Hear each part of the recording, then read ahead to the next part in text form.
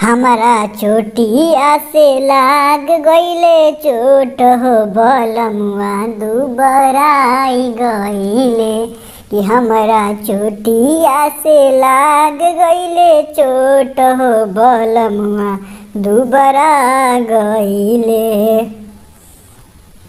आव आव सासु पलंग चढ़ी बैठ हो, आव आव सासु पलंग चढ़ी बैठ हो, अपना बबुआ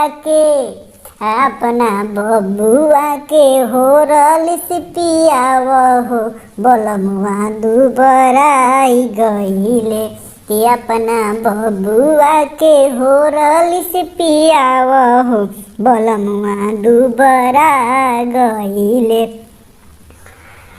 हमारा चोटिया से लाग गइले चोट हो बलमुआ दुबराई गइले।